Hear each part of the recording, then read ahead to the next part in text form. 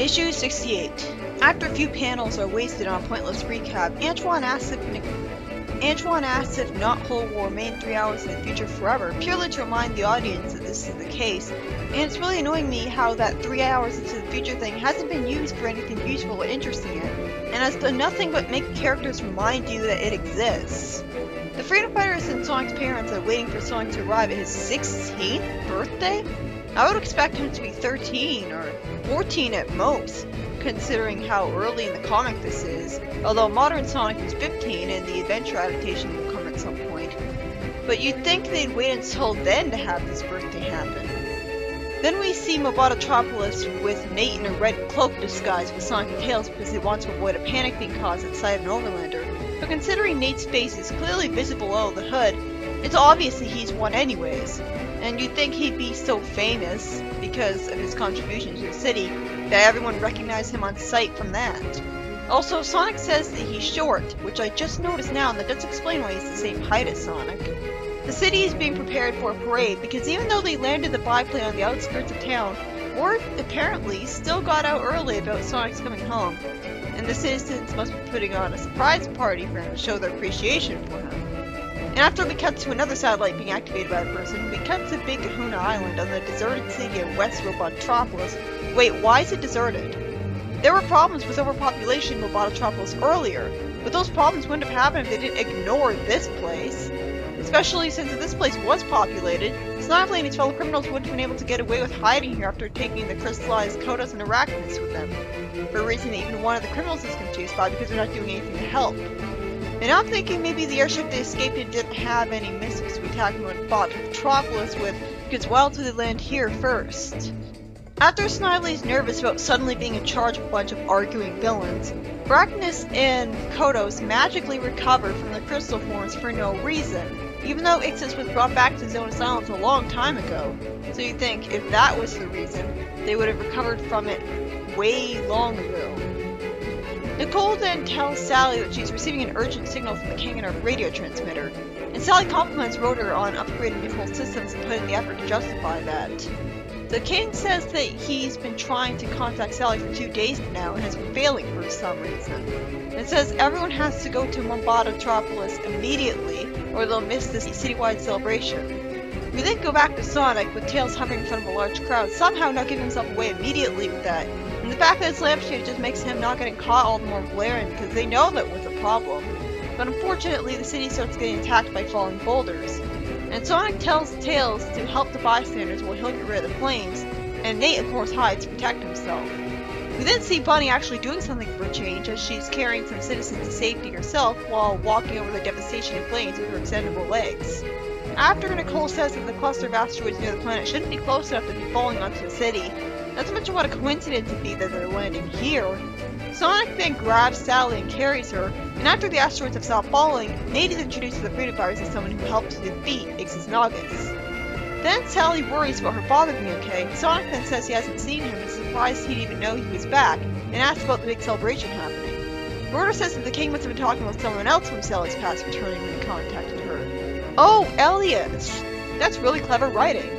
It makes sense that he'd be vague about his phrasing because he wanted to surprise her, and it just so happened that Sonic was returning at the same time. Of course, Jeffrey's paranoia kicks in as he immediately accuses Nate of being an assassin for being an overlander, like a racist. And the King fortunately takes Nate's side immediately without even needing to learn about Nate's accomplishment. Also, fortunately, they still remembered to celebrate Sonic's birthday. I can't imagine Sally would be happy about Elias showing up though, as brother or not, he's still, as far as she concerns, a stranger who just showed up to seal her position as the heir to the throne. There's probably going to be a lot of tension and jealousy on Sally's part, which would be especially heartbreaking for Elias since I'm betting he's just raring to start getting to know her, after he bonds with his father of course because he mentioned him first. Also, I'd like to point out that when we were shown the happy future in the In Your Face special, we were shown Sonic and Sally ruling the kingdom, not Elias. So obviously something's gonna happen much later so that Elias won't be able to rule the kingdom, giving it to the next in line. This is the problem with showing the future so early in the comic, it's bound to get contradicted when you introduce new things.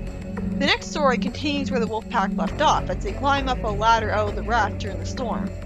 Huh, Diablo, that means hell, right? I know Diable means hell in French, so they basically named a character Hell. They got away with that.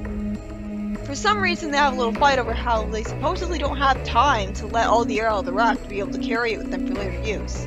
First off, why the big hurry? And second, why waste the raft? Let's point out that even though they're finding houses, they can't find any people around, and we see a hand in front of a broken window looking over them. Then they hear a noise and warily go up to that window. What's fascinating is that even though they find a human there, the first thing Lupe says is not that she's an overlander, but that she's a small child. And Lupe says that they can't just abandon her until they're certain she has someone to take care of her. So Lupe really is a good person. While their little friend here isn't, as he immediately says that they should get rid of the brat before she could lead them into an overlander trap, making him get hit by the kid's sister as karma. All this does is make him snark that where there's one, there's also more. Well, duh. He's talking as if that's some ancient, profound wisdom when it's just common sense. Lupe tells him to not dare hurt the child, and the blonde girl's put down reveals that her sister, Athena, doesn't talk. Okay, Athena's a beautiful name, but I never liked people naming their kids after gods. I mean, who do they think they are? I guess it would be a waste if it was only allowed to be given to one person, though. So is Athena a mute? That's kinda interesting. Though I doubt her character will be capable of being developed much because it's hard to show personality for someone who can't talk. As I expected, it's revealed that the kids have no parents, and while Lupe shows sympathy for her and tries to decide what to do next, her little friend here shows his true colors once again as he just accused her of lying, thinking she's going to lure him into a trap just because she's a human. And he's going into denial because he doesn't want to let himself feel sorry for her. The first story was written by Carl Bullers, and has Sonic making his triumphant return home to the city, although it gets hit by asteroids a lot for some reason. Why did Kodos and his friends here get uncrystallized anyways? It couldn't be because Ixis was sealed away, because then they would have been brought back to normal when he was sealed away, a long time ago. It was an exciting adventure while I was worried about the city, so it's a good thing that there weren't so many damages or anything. And Nate was brought back without much of a fuss, which is good. At the end of it all, Prince Elias comes back too, as well as the Queen, I assume. And this makes me look forward to next issue where we'll actually get to see what Sally's reaction to it will be. I can't imagine her heirship to the kingdom being stolen by brothers she never had met would make her too happy. It is rightfully his, but still, this will be a good chance to finally show her spoiled brat princess side again. We haven't seen that since she confronted Jeffrey on usurping her authority to the king. Probably because she's gotten good at keeping her spoiled brat persona to herself.